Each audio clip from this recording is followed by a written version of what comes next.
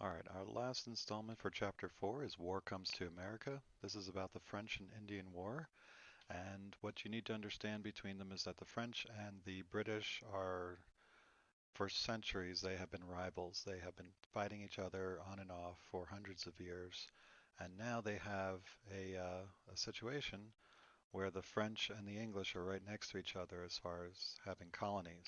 So here are the French in blue, and the British are in kind of pinkish orange.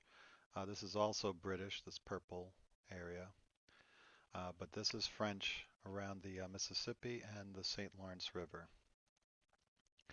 The French had several advantages. First, they were allied to the Algonquin, which were a very large amount of Indians as well as other tribes, and they were very good. Remember, they're known as the traders. So they traded for things like furs with the American Indians, and so they wanted to keep the Indians safe.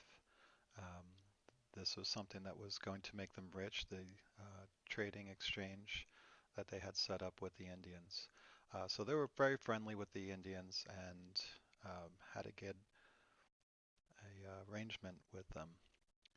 Uh, Furs were very important because it kept people warm during these times. Homes were poorly insulated, so they would get very cold, and so capes, cloaks, things of that nature were important to people back then. And of course, hats were made from beaver skin.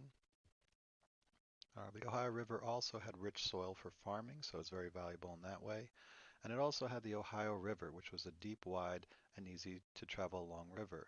Remember, they needed to use rivers to move around. So the Ohio River is right about here, and it went into the Mississippi, and it can go into the Gulf of Mexico, out to the Atlantic, and anywhere in the world. So that was really a big deal. So to protect this area, they used forts, and they set up forts all along uh, the eastern part of the Ohio Valley to make sure the British couldn't get in. Well, the British didn't like that, and they knew that the Ohio Valley was great places to settle. Um, because of this great land, the colonists in the eastern coast wanted to move into this land because it was so good for catching furs, catching beavers, and also farming. And the British wanted to take that away from the French. So if the French could get rich off this land, then they can buy more military equipment and then challenge the British and maybe take over some of their colonies. So that was not something they wanted to let happen. Washington uh, was a colonel during this time. He was 21 years old, and he was ordered to go after Fort Duquesne. He realized he didn't have enough men, so he set up a Fort Necessity, and the French came after him and captured him. They then forced him to go back to Virginia to tell them that the Ohio Territory is French territory. So that was not a good beginning for George Washington. Uh, Also, what you should remember is that the British and the Iroquois fought on one side, and the French and the Algonquin fought on the other side. So it was, when we talk about the French and Indian War, uh, remember we were on the British side, so we fought against the French and the Algonquin Indians. So they just named it the French and Indian War. Of course, people call it from different countries, and even in Britain they call it a different type of war. But here in America we call it the French and Indian War. It lasted about 10 years, and Britain had won. And the reason why they won is that they sent more troops in.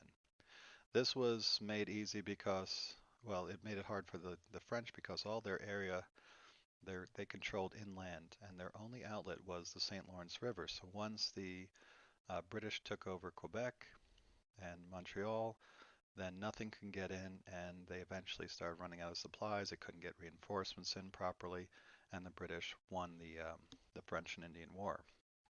In doing so, the they took over all of Canada, and anything east of the Mississippi all went to the British. So that's a huge amount of land and a very valuable land too. So the British were very happy about being able to win this war. However, Because they sent in so many troops, they spent a lot of money trying to win that war. And when they were basically almost broke, they decided, well, it's fair since we fought this war for, the American colonies, they should start paying for it. And so they started levying taxes. And because there was no representation for Americans in Parliament, they started the taxation without representation. George Washington also learned important lessons. He learned how to fight better in America from the French and Indian allies. They did not line up in lines like Europe, very strong European armies. Instead, they used the terrain. They hid behind trees and rocks, and then they would dodge the bullets by doing that, and then they would shoot back, and it was very, very effective. So he would remember this for the next war, which would happen about 20 years later, which is the Revolutionary War. Actually, 15 years later, excuse me. And that's it. That's it for our chapter. Thanks for watching.